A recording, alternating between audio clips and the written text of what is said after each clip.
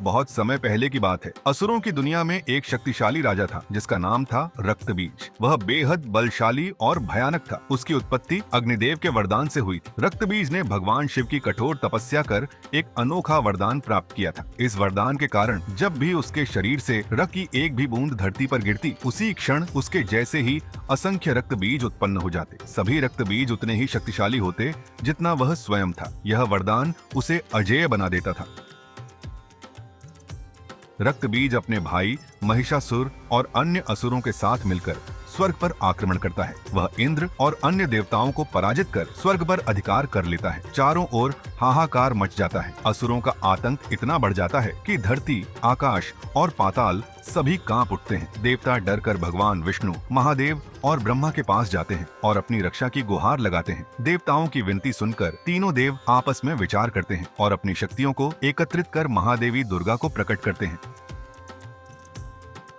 महादेवी दुर्गा अद्भुत तेजस्वी रूप में प्रकट होती हैं। उनका रूप इतना प्रभावशाली होता है कि देवता भी आश्चर्यचकित रह जाते हैं। उनके 8 भुजाओं में विभिन्न अस्त्र शस्त्र होते हैं जो देवताओं ने उन्हें प्रदान किए थे। उनका वाहन सिंह था जो गर्जना करते हुए युद्ध के लिए तैयार था। देवी दुर्गा देवताओं को आश्वासन देती हैं कि वे असुरों का संहार करेंगी और धर्म की स्थापना करेंगी।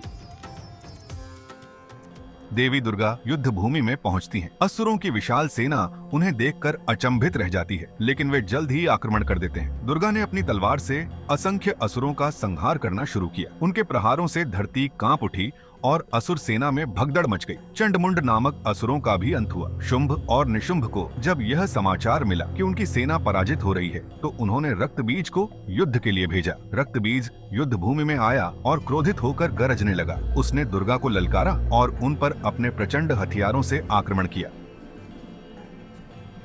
दुर्गा ने रक्तबीज पर वार किया, लेकिन जैसे ही उनके अस्त्र शस्त्र से रक्तबीज घायल हुआ, उसके शरीर से गिरा रक्त भूमि पर गिरते ही हजारों नए रक्तबीज उत्पन्न हो गए। जितना अधिक रक्त गिरता, उतने ही रक्तबीज और उत्पन्न हो जाते। देवी दुर्गा और देवताओं के लिए यह बहुत कठिन समय था। हे चामुंडा, अपना विशाल मुख खोलो और रक्तबीज के शरीर से निकलने वाले रक्त की हर बूंद को पी जाओ ताकि उसकी सेना न बढ़ सके। मैं अपने अस्त्रों से उसे नष्ट करूंगी और तुम उसका रक्त भूमि पर गिरने से पहले ही पी जाओगी। देवी काली ने तुरंत अपना विकराल रूप धारण किया। उनकी जीभ लंबी और विकराल हो गई। वह रक्तबीज पर झपट पड़ी और उसके शरीर से निकलने वाले रक्त को पीने लगी। अब रक्तबीज के रक्त की कोई भी बूंद भूमि पर नहीं गिर सकी और उसकी पुनरुत्पत्ति रुक गई।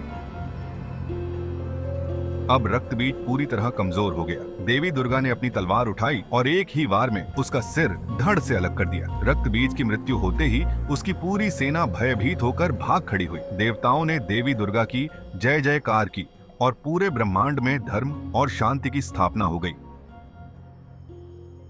रक्तबीज के अंत के बाद देवी काली के भीतर की ज्वाला शांत नहीं हुई। वह क्रोध से उन्मत्त होकर चारों ओर संहार करने लगी। जब कोई उपाय नहीं बचा तो भगवान शिव स्वयं उनके मार्ग में लेट गए। जैसे ही काली का पैर शिव के शरीर पर पड़ा, उन्हें अपनी गलती का एहसास हुआ और उन्होंने अपनी जीभ बाहर निकाल ली। इस रूप में उन्हें कई चित्रों और मूर्तियों में दर्शाया जाता है।